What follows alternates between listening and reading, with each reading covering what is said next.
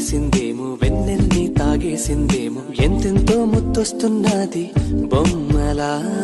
తారల్ని ఒళ్ళంతా పూసి మబ్బులతో స్నానాలు చేసి ముస్తాబై వచ్చేసిందేమో దేవత.